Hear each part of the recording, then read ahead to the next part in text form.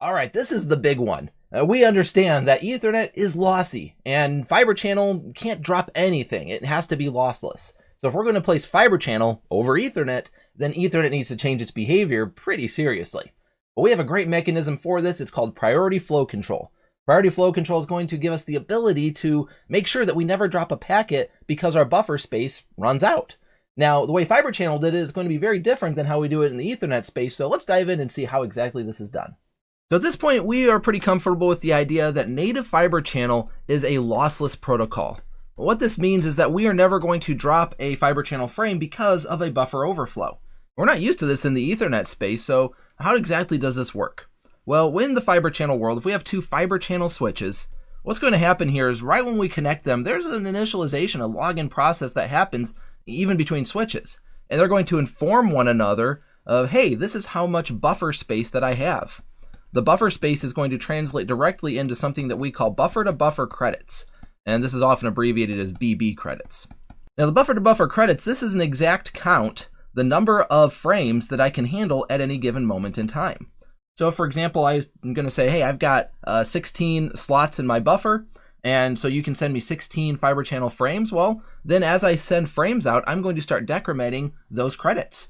So I have 16, and then I have 15, and then I have 14, all the way down. Now, if this Fibre Channel switch gets really, really busy, then I might get all the way down to 1 or even 0 and say, hey, I'm out of space now. I can't actually send any more frames because in theory, the buffer here on this interface is completely full.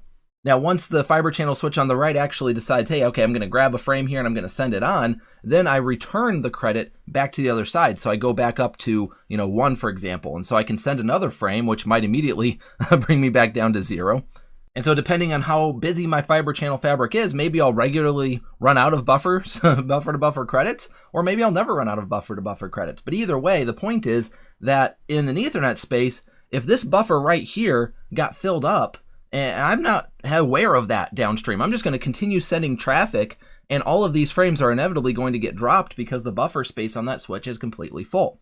So now if we were to translate this into Fibre Channel over Ethernet, well, now we've got two different Ethernet switches here, and once again, we're going to be facing this problem where if this buffer space right here is completely full, I don't have awareness downstream to say, hey, I'm just going to stop sending traffic. Instead, I'm going to continue to send my frames upstream, which, hey, if those are FCoE frames, then those are going to inevitably get dropped.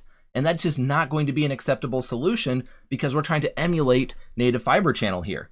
So we need to stop this from happening, and we've got a great mechanism for doing that. So let's kind of take a look and see how that's done. And we're going to start by taking a look at an existing Ethernet mechanism that is known as flow control. Flow control is a mechanism that hasn't gotten a whole lot of love over the years, but it's been around in Ethernet for a very long time. The idea of flow control is that I might have two different Ethernet devices, and these could be switches or it could be a switch and a host or what have you.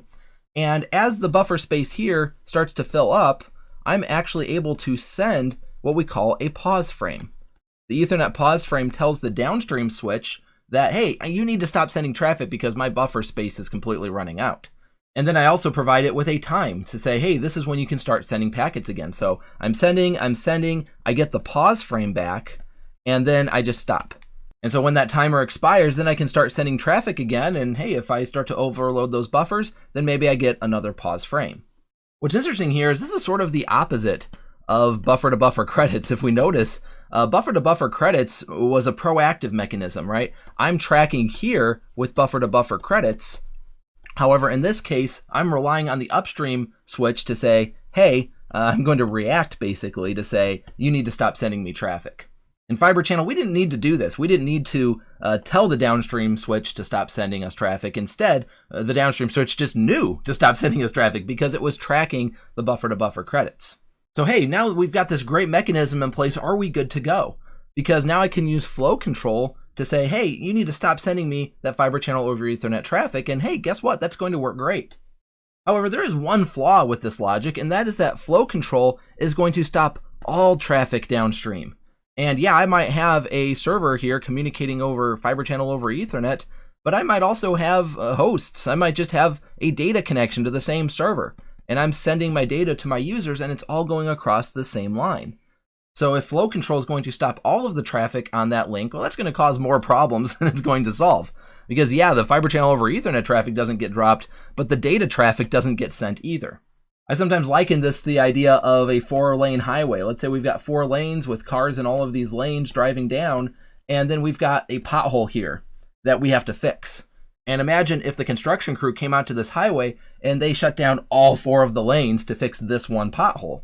That is really inefficient. We don't want to do that at all, because now we're just going to have cars stacked up here, and realistically we're just going to have to shut down the whole highway. Nobody will get on the highway, but that just makes the analogy fall apart. Either way, we're going to have cars stacked up here all waiting because we have a single pothole, or rather a pothole in a single lane that's blocking everything. We don't want to do that. We just want to shut down the one lane. So allow cars to go through these lanes, allow our Ethernet traffic to go out, basically, if it's not fiber channel. Ultimately, we only want to pause the fiber channel over Ethernet traffic. And so we need to modify flow control in order to get this done, and that resulted in the idea of priority flow control. Priority flow control is going to apply the principles of flow control, however, it's going to do it to a single class of service value. In other words, when we take a look at these lanes up here, it kind of makes us think about queuing on an interface. Or we might have COS values, for example, of 0 and 2 and 3 and 4. And so we know that we need to stop traffic on the FCoE value, which is by default COS of 3, but we need to let the other traffic go through. And so we can identify that based on the class of service value. So now when we send our pause frames, we're going to say, hey, pause traffic, but only for the COS value that we specified. Again, fiber channel over Ethernet defaults to a COS of 3, and in most data centers, that's what we're going to expect to see. At this point, the fiber channel over Ethernet traffic will get paused, and everything else gets to continue to flow across that line as normal.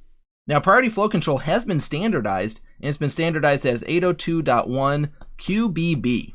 And it's good that it's standardized, because this way we can have non-Cisco servers connecting to, Cisco FCoE switches and those kinds of scenarios. Now, I know this is a design course and we don't spend a whole lot of time talking about configuration, but I do want to point out a couple of things here. First of all, keep in mind that Cisco deploys a lot of these types of QoS configurations via MQC. However, on the Nexus platform, and we talked about this earlier in the course, they actually split MQC up to different types. Remember, we have type QoS, we have type queuing, and we have this concept of network QoS as the third type. This network QoS is for COS level configurations that aren't strictly tied to QoS, namely, by the way, priority flow control and MTU. And so if we are going to configure priority flow control, we're going to want to use this network QoS type of class map and policy map in order to accomplish this. And so when we get into that policy map configuration, we're going to use the pause no-drop command. Pause no-drop is going to enable the pausing of traffic on that particular queue. And so we want to make sure we're on the proper class when we're configuring this. And usually on Nexus switches, this is a class that we call class-FCoE. Again, this is a design exam. If we're going to look at configuration, we need to think about it more from a design perspective. And so the big takeaway here is that as we're doing our data center designs, we need to plan on using these network QoS class maps and policy maps in order to deploy our priority flow control configuration. So we go back to the start of this and realize that we have a big problem, and that is that if we're going to deploy fiber channel across Ethernet, then Ethernet also needs to be lossless, just like native fiber channel. And by default, it's just not that way. Now, we start by taking a look at the idea of Ethernet flow control. Flow control is a mechanism that already exists in Ethernet. It's a great tool for us to be able to control network congestion a little bit in certain circumstances. But the problem with flow control and these pause frames that we send is that it blocks all of the traffic on that link. This is why we needed to modify flow control, and so that's where we have priority flow control. Priority flow control is going to allow us to pause a particular lane of traffic, and the way we do that is by identifying the class of service tag, which really maps to a particular queue on the interface. I hope this has been informative for you. I'd like to thank you for viewing. Thanks for watching. Be sure to click here to subscribe to CBT Nuggets and click the notification bell to make sure that you're aware of every time we post new content. If you're interested in a career in IT or you want to brush up on your IT skills, then swing over to our website, and while you're there, be sure to sign up for a free trial.